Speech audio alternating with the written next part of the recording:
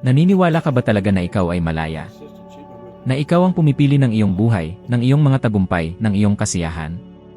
Paano kung sabihin ko na lahat ng ito ay isang kasinungalingan na ang lahat ng iyong nararanasan ngayon ay resulta ng isang bagay na hindi mo alam na umiiral? Hindi ito kasalanan mo. Ganito tayo pinalaki at tinuruan.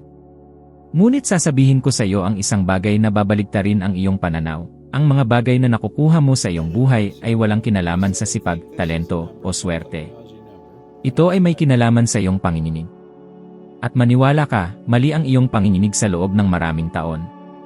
Napansin mo ba na lahat ng nasa paligid mo ay laging gumagalaw? Walang bagay na nakahinto. Lahat ay may panginginig. Kasama ka roon.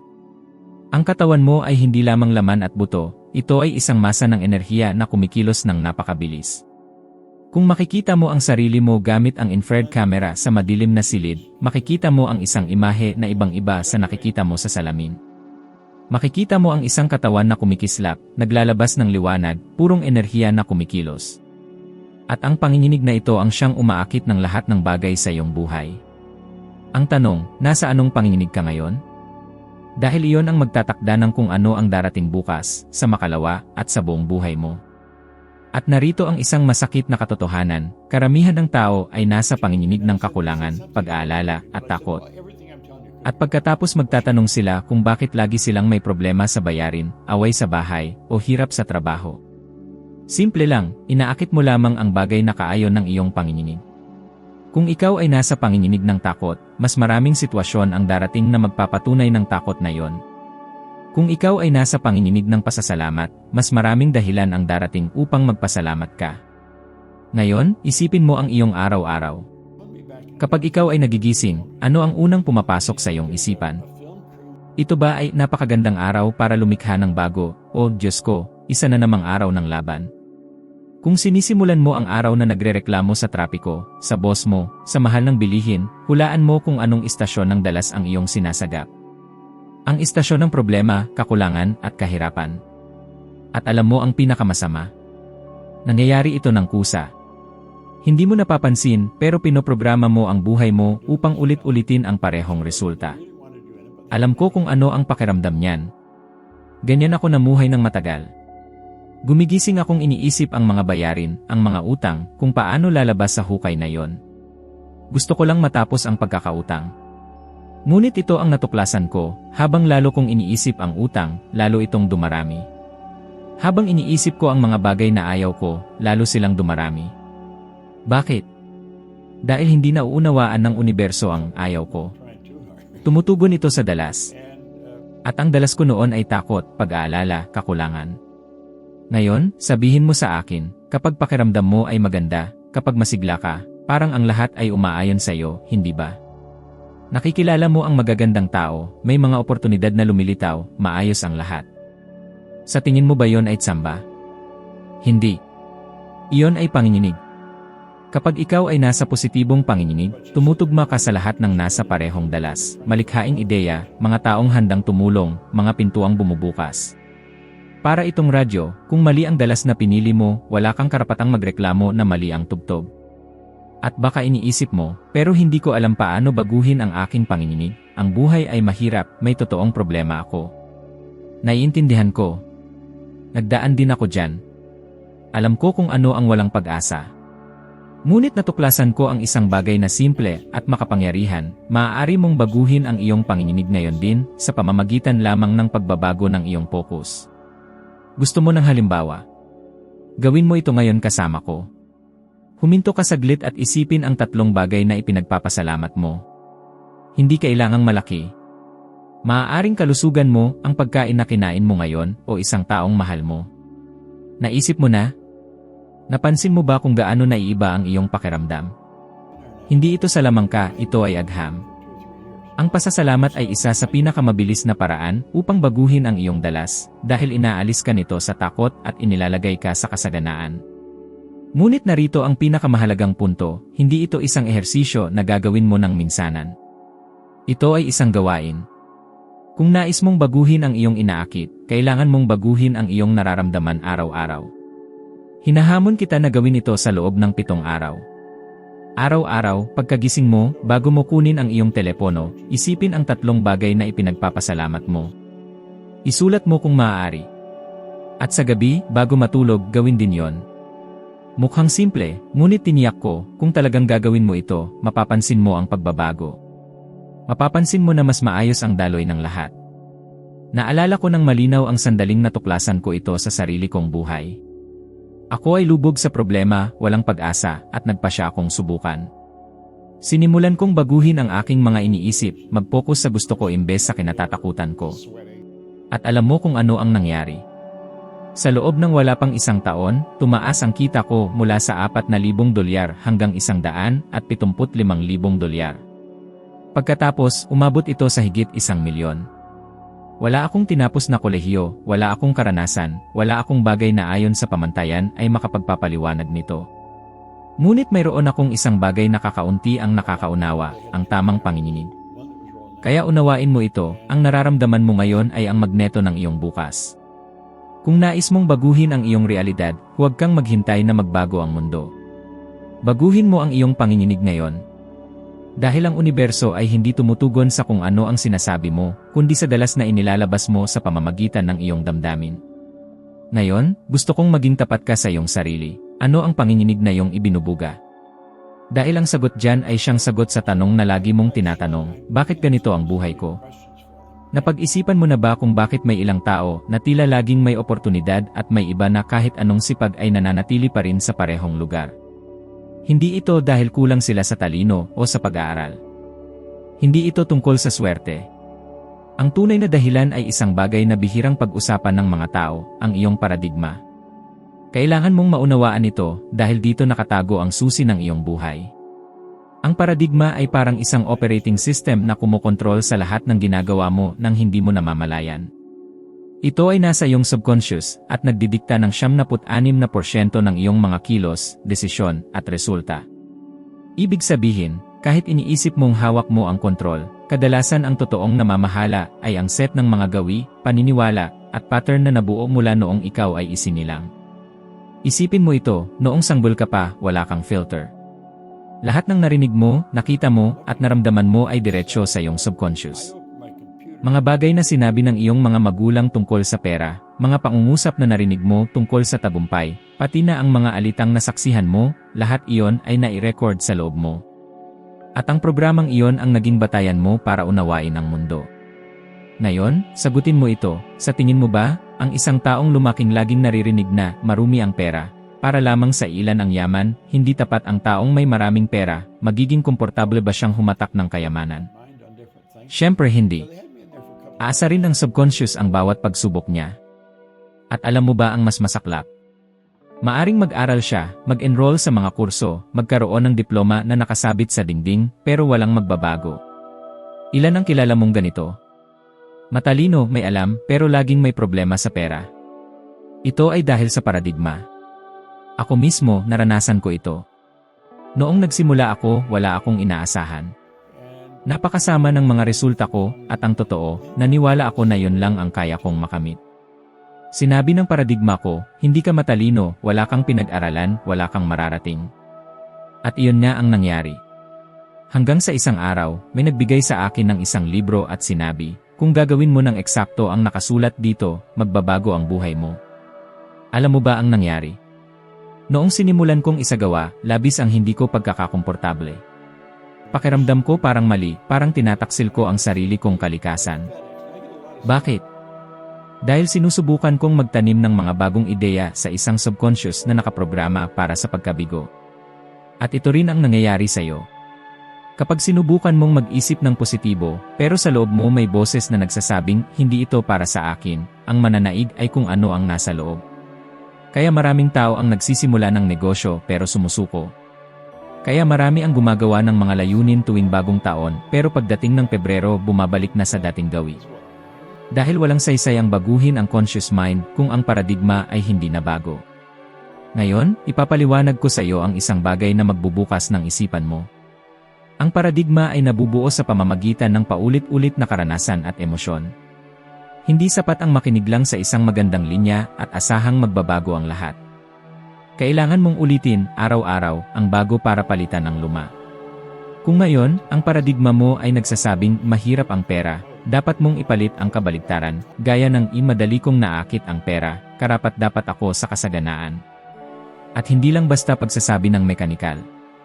Kailangan mo itong maramdaman, ilarawan ang sarili mong nabubuhay sa ganoong kalagayan, damhin ang emosyon. Doon magsisimulang tanggapin ng subconscious ang bagong ideya. Gusto mo ba ng isang simpleng ehersisyo na makapagpapabago ng buhay mo? Kumuha ka ng kwaderno at isulat ng 10 beses sa isang araw. Sa loob ng 30 araw, ang pangungusap, ako ay masagana at dumarating ang pera sa akin ng madali. Pero huwag mong gawin na parang walang saysay na gawain. Kapag sumusulat ka, ipikit mo muna ang iyong mga mata sa loob ng ilang segundo at isipin mong nangyayari ito sa buhay mo. Damhin mo ang saya, ang kapanatagan. Ito ay pagsasanay. Tulad ng natutunan mong magsipilyo ng ngipin sa pamamagitan ng araw-araw na pag-ulit, matututo ka ring mag-isip ng iba sa pamamagitan ng pang-araw-araw na practice. Alam ko na maaaring iniisip mo ngayon, mukhang napakasimple para gumana ito. Nauunawaan ko. Ako man, ganoon din ang inisip ko noon. Noong una ko itong narinig, sumigaw ang isip ko, kalokohan ito. Pero nagpa siya akong subukan. At alam mo ba ang nangyari? Nagbago ang buhay ko ng higit pa sa inisip ko. Sa loob ng 1 taon, mula sa kinikita kong $4,000, naging humigit kumulang 78,000 piso. Tumaas ito hanggang sa humigit kumulang 80,000 piso at umabot pa ng higit sa 5,900,000 piso. At hindi ito dahil nakahanap ako ng mas magandang trabaho, hindi dahil sinuwerte ako. Binago ko ang paradigma ko. At kapag nangyari yon, kusang nagbabago ang lahat sa paligid mo. Isipin mo, kapag nag-install ka ng bagong software sa isang computer, mag-iba ang takbo nito, hindi ba? Ganoon din sa'yo. Baguhin mo ang programa, babaguhin mo ang resulta. Pero kailangan ng tapang, dahil ang pag-alis sa lumang paradigma ay hindi komportable. Kailangan mong lumabas sa comfort zone, hamunin ang lahat ng pinaniwalaan mo sa buong buhay mo. Kaya maraming tao ang sumusuko dahil hindi komportable sa simula. Pero pangako ko sa'yo, ang hindi komportabling iyon ang kabayaran para sa kalayaan. Ngayon, maging tapat ka, ilang beses ka nang sumubok magbago ng buhay pero bumalik sa dati. Ilang beses mo nang naitanong sa sarili mo, bakit parang paulit-ulit lang ako? Ito ang sagot, paradigma. At ang magandang balita, pwede mo itong baguhin. Ang tanong, handa ka bang bayaran ang presyo ng pansamantalang hindi komportable para makuha ang buhay na gusto mo? Dahil ang tanging humahadlang sa iyo at sa pangarap mong buhay ay hindi swerte, hindi krisis, hindi ibang tao. Ito ay ang programang tumatakbo sa loob mo. Baguhin mo yon at magbabago ang lahat. Ang takot ang pinakamahal na emosyon. Tahimik ito, palihim, pero kaya nitong kontrolin ang buong buhay mo kung hahayaan mo. Isipin mo ang lahat ng oportunidad na nawala sa iyo dahil naisip mong, paano kung pumalpak? Sa bawat pag-urong mo, sa bawat pag-aalinlangan mo, nandoon ang takot, bumubulong ng pagdududa, kinakain ang iyong tiwala, winawasak ang iyong potensyal. At ang pinakamasaklap, hindi ito totoo, isa lang itong iniisip. Ngunit may kakayahang hubugin ang buong iyong panginginig. Kapag ikaw ay nanginginig ng takot, ang universo ay tumutugon ayon dito. Inilalagay nito sa harap mo ang mga sitwasyon na nagpapatunay ng takot na yon, na para bang sinasabi nito, sa tingin mo hindi mo kaya. Heto pa, isa pang patunay niyan.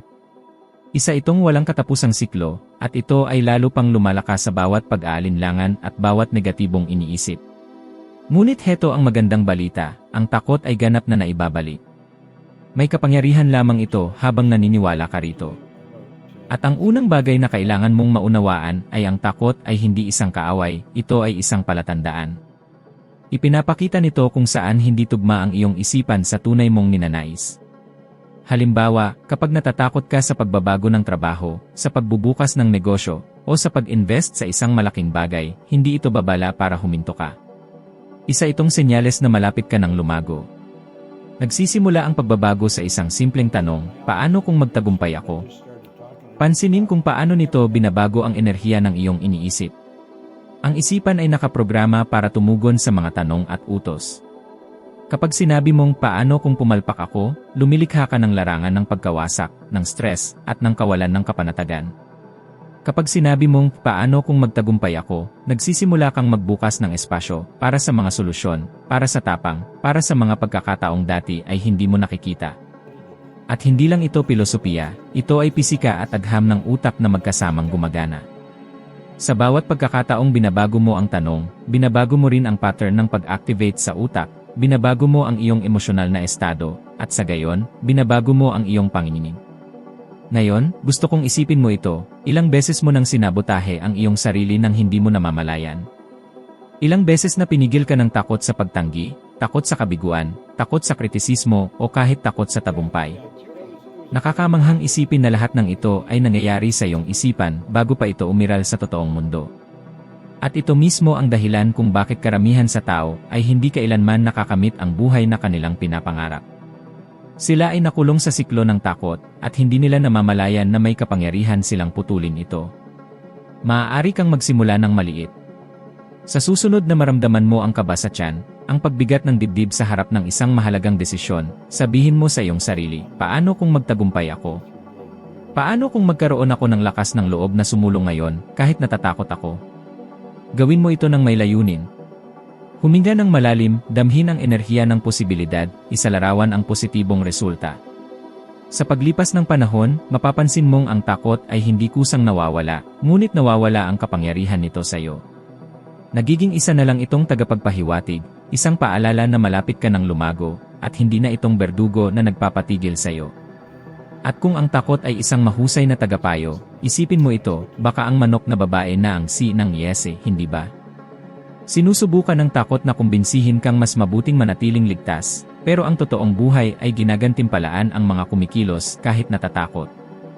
Bawat dakilang tagumpay, bawat kahangahangang resulta na iyong hinahangaan, nagsimula noong may isang taong piniling harapin ang takot, noong may isang taong nagsabi, hindi ko hahayaang pigilan ako nito. At ito mismo ang nakalaan para sa iyo ngayon, kung magpapasya kang babaguhin ang iyong dalas, na ikaw ay alingaw-ngaw ng tapang imbes na pagdududa, nalilikha ng mga pagkakataon imbes na mga harang.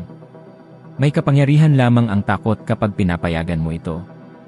Kaya, nasa iyo ang pagpili, mananatiling nakatali sa iyong kinatatakutan o sisimulan mong malasahan ang kalayaan, ang tiwala, ang tapang na nagbubukas ng mga pintuan para sa mga resulta na dati ay tila imposibleng makamtan.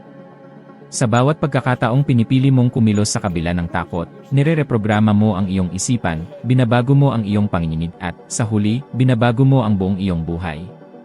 Walang saysay ang paghihintay na ang gobyerno, ang amo, o ang ekonomiya ang gagawa ng hakbang para sa iyo. Wala sa labas ang magbabago hanggat hindi ka nagbabago sa loob. Ipinapakita ng mundo ang eksaktong refleksyon ng iyong panginginig. Kung patuloy kang nagrereklamo, nagsasabi na mahirap ang sitwasyon, na masama ang kalagayan, na hindi makatarungan ang buhay, sa katunayan, nagpapadala ka ng malinaw na utos sa universo, patuloy na dalhin ang ganito. Sa bawat negatibong salita, sa bawat iniisip na kawalan ng kapangyarihan, lalo mong pinatitibay ang mga lumang pattern, at pinananatili mong nakapako ang iyong buhay sa parehong lugar. Ngayon, isipin mo kung sasabihin mo ito, ako ang tagapaglikha ng aking realidad. Ulitin mo ito sa iyong sarili ngayon, damhin ang bawat salita, damhin na parang ito ay totoo. Dahil totoo ito, ang pagbabago ay nagsisimula sa isipan. At narito ang detalye na hindi nauunawaan ng karamihan, ang paminsan-minsang pag-isip ng positibo ay walang binabago. Ang totoong reprogramming ay nangangailangan ng pagiging palagian, nangangailangan ng disiplina, nangangailangan na magpasya ka, nang may kamalayan, naputulin ang lahat ng linya ng pagsabotahe na nagmumula sa negatibong pag-isip.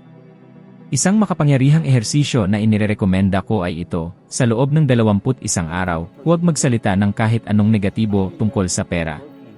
Walang biro, walang reklamo, walang pag-uusap tungkol sa kahirapan. Kung lalabag ka, magsimula muli. Mukhang mahirap pero ito mismo ang lumilikha ng pagbabago.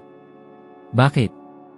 Dahil hindi nakikilala ng iyong subconscious na isipan ang biro mula sa katotohanan. Itinatala nito ang lahat bilang utos. Kaya, sa bawat pagkakataong nagrereklamo ka, kahit hindi mo intensyon, nagpapadala ka ng utos na manatili sa kakulangan.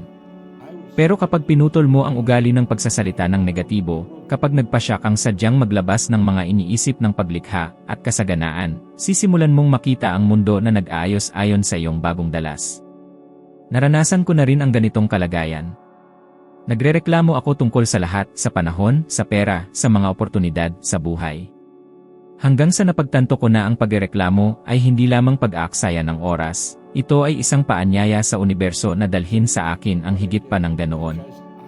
Nang huminto ako at talagang nangako na hindi ko ipapadala ang mga negatibong panginginig na yon, nagsimulang magbago ang buhay. Nagsimulang dumaloy ang pera, nagsimulang bumukas ang mga pintuan. Ang mga pagkakataon ay nagsimulang lumitaw na para bang nakahanap ako ng isang bagong himig. At hindi ito basta swerte, hindi rin ito aksidente. Ito ay direktang bunga ng pagbabago ng aking panginginig. At narito ang susi, walang magbabago hanggat hindi mo desisyonan na akuin ang ganap na responsibilidad sa iyong isipan at sa iyong enerhiya. Ang universo ay hindi tumutugon sa pagnanais, ito'y tumutugon sa dalas na iyong inilalabas. Kapag pinili mong maglabas ng enerhiya ng paglikha kaysa reklamo, kasaganaan kaysa kakulangan, tapang kaysa takot, sisimulan mong makita ang mga konkretong resulta na mahahawakan at mararamdaman. Titigil ang buhay sa pagiging paikot-ikot na pagkadismaya at magiging daloy ng paglago, mga oportunidad at mga tagumpay. Ang punto rito ay hindi nakadepende ang pagbabago sa mga panlabas na bagay. Hindi ito nakasalalay sa boss, sa ekonomiya, sa bansa, o sa merkado. Nasa iyo ang kapangyarihan. Nasa iyong mga iniisip, emosyon, at pinipiling ipalabas araw-araw. Kapag nagsimula kang gawin ito ng tuloy-tuloy, mapapansin mong palagi nang nasa iyong mga kamay ang kapangyarihan, na ikaw ang lumikha, ang arkitekto, at ang tagapamahala ng iyong sariling realidad. Bawat pag-isip, bawat salita, bawat damdamin ay may bigat. Ang bawat malay na desisyon ay nagtutulak sa iyong buhay papunta sa isang antas na lubhang naiiba. At dito nagsisimula ang tunay na kalayaan, ang tunay na kasaganaan, at ang tunay na katuparan. Isipin mo si Oprah Winfrey. Hindi siya ipinanganak na mayaman. Naranasan niya ang pang-aabuso, gutom, at pagtanggi na maaaring sumira sa kahit sinong tao. Ngunit maaga niyang natutunan ang isang bagay na karaniwan ay matagal bago maunawaan ng iba, hindi ang panlabas na kalagayan ang lumilikha ng kayamanan o tagumpay, kundi ang isipan. Alam niya na kailangan niyang baguhin ang kanyang pananaw at dalas bago niya mabago ang kanyang realidad. At iyon nga ang ginawa niya. Sinimulan niyang ihanay ang kanyang mga iniisip, emosyon, at aksyon sa kasaganaan, oportunidad, at tiwala. At ang resulta? Sa kasalukuyan, isa na siyang bilyonarya. Hindi dahil sinuwerte siya, hindi dahil ang mundo ay nagplano para sa kanya, kundi dahil una sa lahat, naging tao siya na nakaayon sa kung ano ang nais niyang hilahin papalapit. Ngayon, tingnan mo ang kabaligtaran. May mga tao na nanalo sa loto, nakatanggap ng milyon-milyong halaga ng biglaan, at sa kabila nito'y nauwi pa rin sa kahirapan makalipas ang ilang taon. Bakit kaya? Sapagkat nagbago ang pera, ngunit nanatiling mahirap ang kanilang panloob na pananaw. Hindi nila alam kung paano ingatan, pamahalaan, o palagin ang kanilang natanggap. Ang problema ay hindi kailanman pera, ang problema ay ang isipan. Ang isipan na hindi nakaprograma para sa kasaganaan, kaunlaran, at paglago. Ang pera ay isang refleksyon lamang ng panloob na dalas. Baguhin ang isipan, at susunod ang pera at mga oportunidad. Ito ay nagsisilbing isang makapangyarihang babala, maaari mong taglayin ang lahat ng kagamitan at panlabas na oportunidad, ngunit kung ang iyong pananaw ay hindi nakahanay sa tagumpay, mawawala ang lahat. Ito ang pagkakaiba ng isang taong bumubuo ng matibay at pangmatagalang kayamanan at ng isang taong dumadaan lamang sa ilusyon ng pansamantalang yaman. At hindi lang pera ang pinag-uusapan dito, kasama rin ang mga relasyon, kalusugan, pagkamalikhain, at karera. Lahat sa buhay ay refleksyon ng iyong panloob na dalas at panginginig. At narito ang pinakamalalim na detalye, ang pagtingin sa mga halimbawa tulad ni Oprah o ng mga taong nawala ang lahat ay hindi lang para magbigay inspirasyon o babala. Ito ay isang praktikal na patunay na ang pagbabago ng panloob na dalas ay ang tanging paraan upang baguhin ang panlabas na resulta. Para itong pag-on ng tamang kuryente sa loob mo. Kapag binago mo ang iyong isipan, binago mo ang iyong pananaw, binago mo ang iyong dalas, literal kang magsisimulang akitin ang lahat ng bagay na dati ay tila imposible. Bubukas ang mga pinto, lilitaw ang mga tao, darating ang mga oportunidad, at magsisimulang tumugon ang universo ayon sa bagong himig na pinili mong ipalabas. Malinaw ang aral, huwag kang umasa na may ibigay ang buhay sa iyo, habang ang iyong isipan ay nanginginig pa rin sa kakulangan. Hindi ito ang pagtaas ng sweldo, hindi ito ang panlabas na tsansa, hindi rin ito ang swerte na magpapabago ng iyong realidad. Ikaw yon, inaayos ang iyong isipan, binabago ang iyong mga iniisip, itinaas ang iyong panginginig, at nagiging malay na karapat-dapat sa anumang iyong hinahangad. Ang mga taong nakakaunawa nito, tulad ng ginawa ni Oprah, ay ginagawang tulay ang mga hadlang, hadang paakyat ang mga limitasyon, at pangarap na nagiging konkretong tagumpay. At ito mismo ang abot kamay mo ngayon, kung pipiliin mong akuin ang ganap na kontrol sa iyong isipan at sa iyong dalas. Lahat ng kailangan mo para baguhin ang iyong buhay ay nasa iyong mga kamay na. Lahat ay nagsisimula at nagtatapos sa iyong isipan. Ang enerhiya ng universo ay patuloy na dumadaloy papunta at palabas sa iyo, tumutugon sa dalas na iyong ibinubuga. Ang malaking tanong, paano mo hinuhubog ang enerhiyang ito? Naglalabas ka ba ng takot, pag-aalinlangan, at kakulangan, o ng pananampalataya, tapang, at kasaganaan? Ang bawat pag-iisip na pinapapasok mo, bawat damdaming iyong inaalagaan, bawat desisyon, may malay man o wala, ay literal na lumilikha ng iyong realidad. Isipin mong mabuti, walang ibang makakagawa nito para sa iyo. Walang sinumang makakapaglabas ng tapang o kumpiyansa sa iyong lugar. Walang sinumang makakapagprograma ng iyong isipan para sa kasaganaan maliban sa iyo mismo. At narito ang puntong hindi alam ng karamihan. Ang pagbabago ng iyong dalas ay hindi isang abstraktong konsepto o labis na espiritual, ito ay agham at pagsasanay na pinagsama. Ang bawat selula ng iyong katawan ay tumutugon sa iyong isipan, bawat pag-isip ay nagpapadala ng senyales sa iyong hindi malay, bawat damdamin ay lumilikha ng larangan ng enerhiya na humihila ng katugmang karanasan. Ang buhay ay hindi sunod-sunod na aksidente, ito ay direktang refleksyon ng iyong panloob na panginginig. Kaya't ang desisyong nasa harap mo ngayon ay simple, ngunit makapangyarihan. Ipagpapatuloy mo ba ang pagpapahintulot na manaig ang mga iniisip at emosyon ng kakulangan sa iyong araw-araw? O pipiliin mo ba na sadyang baguhin ang iyong dalas? Hahayaan mo bang kontrolin ng takot ang iyong mga desisyon, o ikaw ang hahawak sa iyong isipan at maglalabas ng panginginig ng kasaganaan? Bawat sandali ng pagdududa, bawat salitang negatibo, bawat kaisipan ng kakulangan, ay parang paglalagay ng hadlang sa pagdaan ng mga bagay na iyong ninanais. Ngunit bawat kaisipan ng tiwala, bawat damdamin ng tunay na pasasalamat, bawat pagkilos na may inspirasyon ay parang pagbubukas ng pintuan at pagpapahintulot na dumaloy ang mga pagkakataon, mga mapagkukunan at mga tagumpay sa iyong buhay. At heto ang isang bagay na mahalaga, hindi kailangang maging komplikado ang pagbabagong ito. Magsimula ka ng maliit, ngunit gawin mo itong palagyan. Bantayan mo ang iyong mga iniisip, questionin ang mga ito, at palitan ng mga kaisipan na nagpapataas ng iyong lakas. Damhin ang taos pusong pasasalamat araw-araw, isipin ang iyong mga layunin na para bang natupad na ang mga ito, at magsalita ng mga salitang lumilikha imbes na magreklamo. Sa paglipas ng panahon, ang mga gawaing ito ay hindi lamang nagbabago sa iyong isipan, kundi pati na rin sa iyong enerhiya at, sa huli, sa buong buhay mo. Kung tila kakaiba ito sa iyo, mabuti. Ibig sabihin, nagsisimula nang lumabas ang iyong isipan sa kahon, at nakikita mo na ngayon ang mga posibilidad na dati ay tila imposible. Ang tunay na pagbabago ay nangyayari kapag nararamdaman mo ang kapangyarihan ng sarili mong enerhiya, kapag napagtanto mong hindi mo kailangang maghintay ng mga panlabas na kondisyon o pahintulot mula sa iba. Ang kapangyarihan ay nasa iyo, dito at ngayon. Bawat positibong pag-isip, bawat pagkilos na may inspirasyon, bawat sandali ng tapang ay isang hakbang patungo sa isang buhay na dati ay parang hindi maaabot. Nasa iyo ang pagpili, mananatili ba sa dalas ng pagdududa at takot, o iaangat ang iyong panginginig upang umayon sa kasaganaan, pagkakataon at katuparan? Bawat sinadyang hakbang na ginagawa mo tungo sa sarili mong enerhiya ay lumilikha ng epekto na parang alon, humihila ng mga tao, sitwasyon at mapagkukunan na nagpapatibay sa bagong realidad na ito.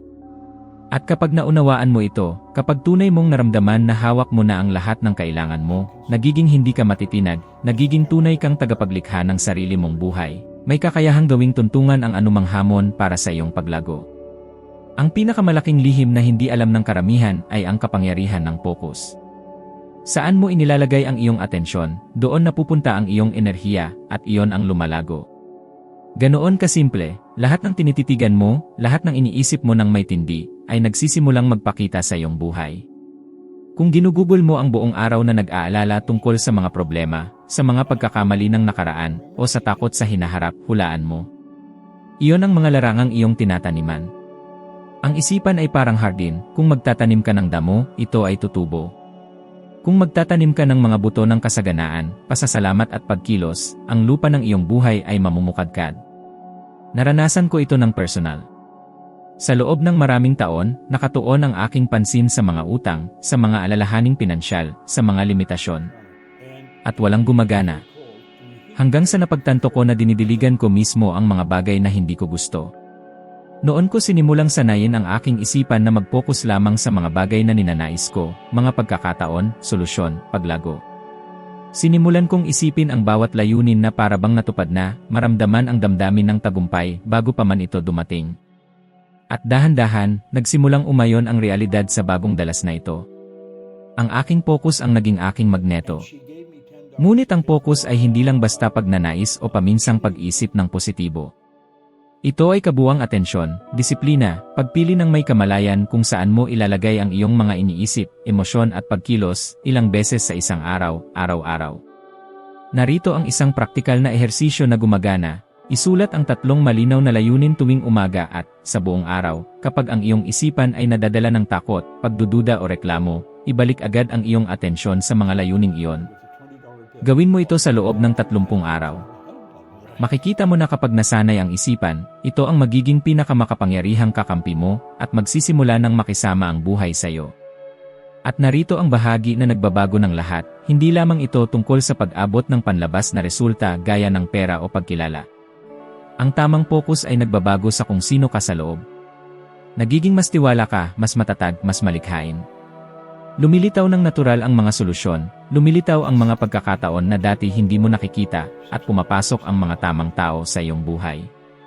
Parang sinasabi ng universo, sa wakas, handa ka nang tumanggap. Kung tila masyadong simple ito, iyon ay dahil simple nga ito. Ngunit ang pagiging simple ay hindi nangangahulugang madali. Nangangailangan ito ng pagsasanay, atensyon at pagkakapare-pareho. At ang epekto ay naipon, habang mas inuukol mo ang iyong focus sa nais mo, mas nagiging ikaw ang taong kayang akitin, likhain at panatilihin ang mga bagay na dati ay tila imposible. Ang focus ang tulay sa pagitan mo at ng buhay na nais mo. Ang tanong ay, tatawirin mo ba ito araw-araw, o mananatiling naliligaw, inuubos ang lakas sa mga bagay na walang naitutulong? Nasa iyong mga kamay ang pagpili, at bawat sinadyang desisyon ng focus ay isang hakbang na diretsyo sa isang realidad na sumasalamin sa taong iyong nagiging.